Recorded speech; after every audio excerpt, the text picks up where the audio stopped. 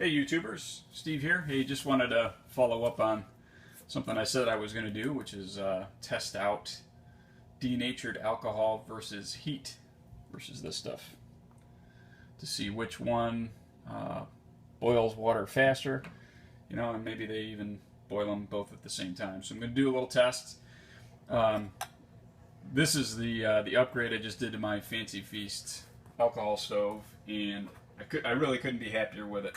So the one I was using was this guy, super simple, right? Very easy to make, very low cost.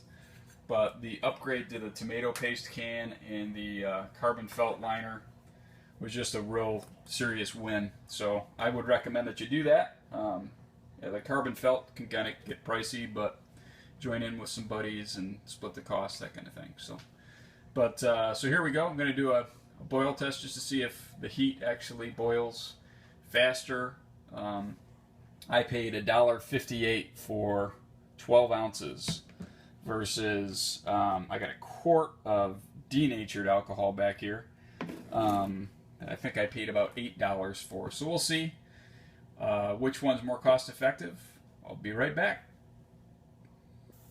Alright, so a couple quick notes again about this type of stove. Man, it lights so easily, blooms so quickly. You can set your pot right on it. It's because of that internal pot stand. If you're using a the standard cat food can, when you set your pot on there, you're almost snuffing out the flame. But if you take some time and let it bloom a little bit and put the pot on slowly, then no worries. It will. Plenty of people use them. I like them, but again, this is just a great upgrade. So again, the starting temp was around 65 degrees, and we're just going to see how quickly this will boil. So I'll be right back. Alright, so just catching up here real quick.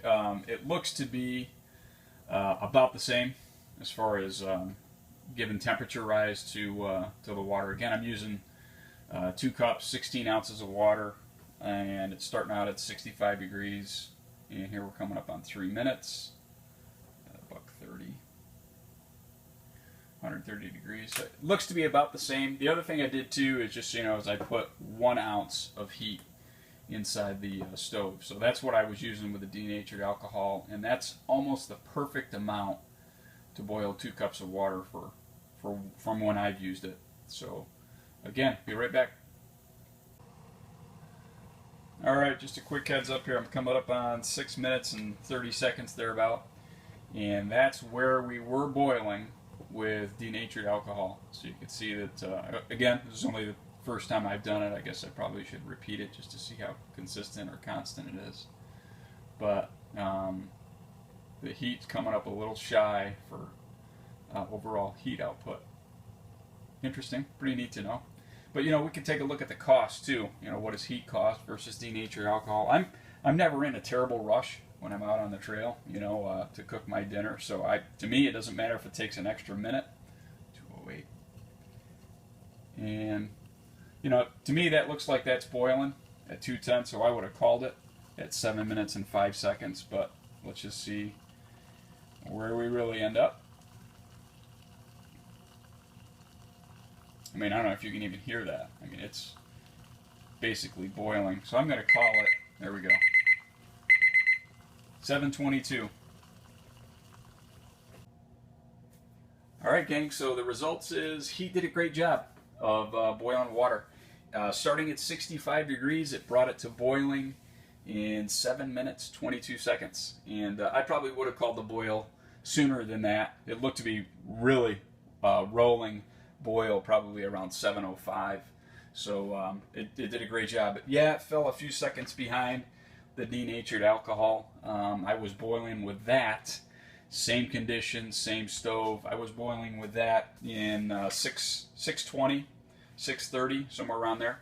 So it's a little bit slower, but it's so much cheaper. This 12-ounce bottle of HEET is less than $1.50 versus the denatured alcohol, which was $8. So yeah, I get a quart of the denatured alcohol versus 12 ounces of HEET, but do the math, you'll see that HEET's quite a bit cheaper. So anyway, that's going to be probably my new fuel of choice. We'll see how it operates in the winter. This is pretty great conditions in here right now. But hey, just to let you know, my next review that I'm going to do is on this Sawyer mini water filter. And I absolutely love this little piece of backpacking gear. So stay tuned, give me a thumbs up, subscribe, and you'll see why I think every backpacker should have one of these. And there's lots of options out there, including like the Life Straw, for instance, but I don't think that's going to be the best choice for the backpacker. That's why I would recommend this. Stay tuned. Maybe in a week or so I'll post a video about this, so please like and subscribe. Check out my Facebook page. I'm on Instagram now too, so I love talking about this stuff, and I certainly hope you do too. And we'll see you soon.